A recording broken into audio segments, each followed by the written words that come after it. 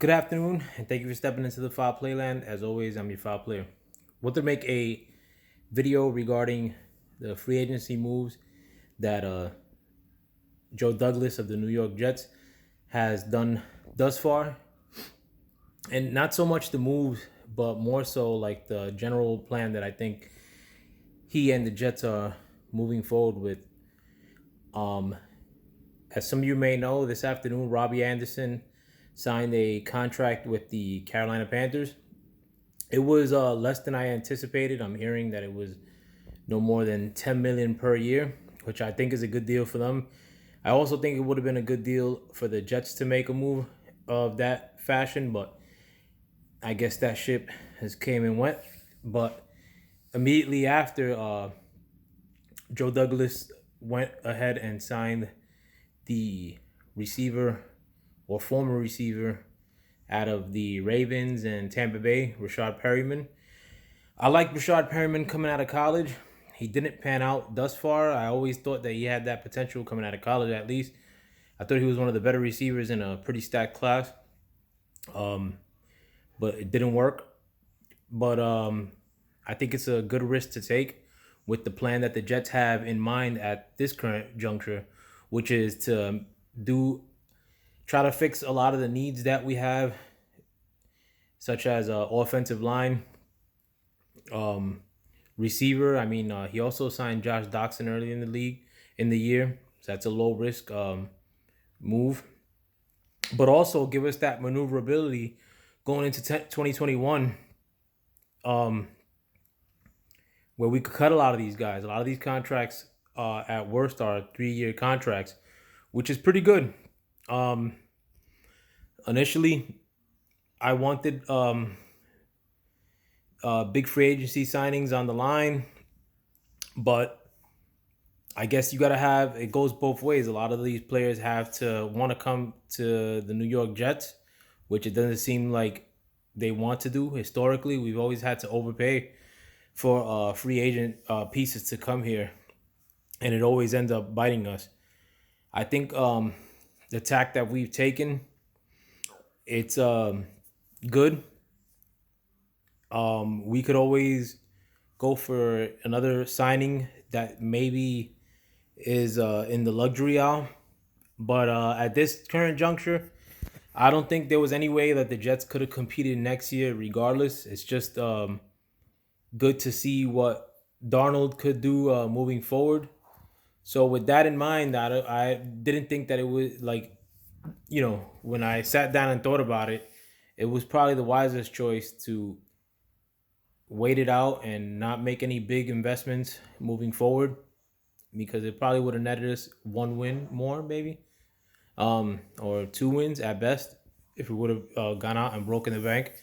You're still looking at a subpar year, and then but with all these free agent pieces, if we would have went out and signed big pieces that we probably wouldn't be able to cut moving forward. So I like what we're doing right now. I mean, like, if you think about it, like, one of the only contracts that's really like hamstringing us moving forward is probably like CJ Mosley. I mean, and hopefully he could put it together next year and not get into the injured list like he did last year as much. But having said that, the contract of CJ Mosley is the only one that's kind of like hamstringing us into the future. And I think we could get out from under that in 2022, which is not great.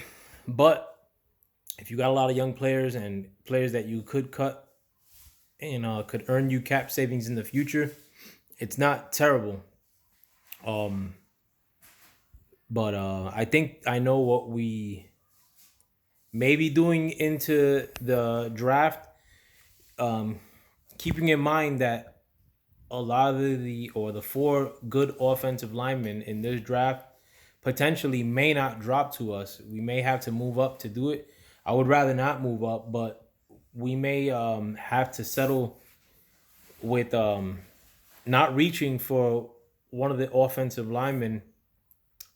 And I would expect that one of the top 4 offensive linemen, if they're not there, that any other lineman like Austin Jackson or is sort of a reach. So I'd rather not do that. I'd rather go ahead and draft one of these dynamo wide receivers if they're there, and maybe wait to the second and third round to address offensive linemen. Though you may not have the ability to draft a tackle, go get yourself a center or a couple guards later on in the second and third and fourth round, rather than reaching for a tackle that's not one of the top four tackles as far as Wirfs and Mekhi Becton and Jedrick Wills and Thomas.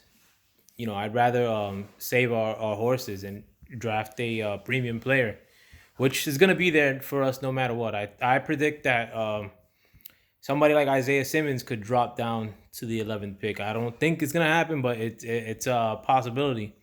I think Okuda could drop down to our pick. For sure, one of the two receivers in Judy or one of the or CeeDee Lamb could drop down to us at the 11th pick.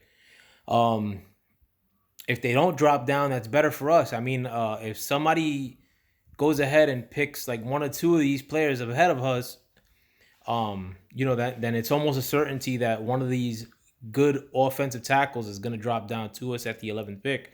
So I think right now we're kind of sitting pretty either way. You got a team like the Giants, where at the number 4 pick, it's sort of I'm not gonna say they're reaching because it's good either way. But they would probably rather have somebody trade up to them, and they probably won't have that option available to them, and may have equal players that are available to them at that number 4 pick if nobody comes up and trades with them. Whereas the Jets could settle on a really good player, holding still at number 11. So I think we're in a good position. I like what Joe Douglas has done. I think he's shown things that I like, given the situation that the Jets are currently in, that a lot of GMs haven't shown in the past. I know the situation we're in, and I'd rather be reserved as far as with our free agency dollars rather than be reckless or try to grab a headline in a time like this. Another thing a lot of guys got to consider, even though we don't have a 7th round pick, I think, but we're gonna be picking really, really high in the 3rd round with the New York Giants pick that was surrendered to us in the Leonard Williams deal. That pick is probably like the number 64 pick in the whole draft. I mean, it's the third or fourth pick in the entire 3rd round. That's pretty good. It's like having a second pick, and then shortly thereafter, we're gonna be using our own pick, which is like maybe 6 spots after that pick. And I love 3rd round picks. I think a lot of good GMs make their worth in the 3rd round, and I hope that Joe Douglas has a little bit of that Ravens pedigree as far as making these picks. We're also picking twice in the 2nd round. And if we're out on the receivers early on, I think there's a lot of good people that could be had even in the 6th round. Like, I was looking at a receiver out of Rhode Island today. I think his name is Aaron Parker. He looks nice, and he may not even get drafted, but he has that potential. There's a good receiver out of the University of Florida that looks really good, and he may go in the 3rd or 4th round. So there's a litany of guys that could be selected in the latter portion of the draft and in the middle portion of the draft. And I think we have a lot of draft capital to make moves in that portion of the draft. Starving for sports. Sucks that Syndergaard has a UCL injury, but so goes the Mets. But the first sports activity that we're going to be having is the draft, and that happens to be one of my favorites. So I can't wait for that, for both the Giants and the Jets, because I love both teams. And I can't wait till we're there and on the eve of the draft and getting ready to make these picks. Let me know what you guys think. With that, I'm out. Thanks for checking me out, and thank you for stepping into the Foul Playland. As always, Joe Soy, the Foul Player. Peace.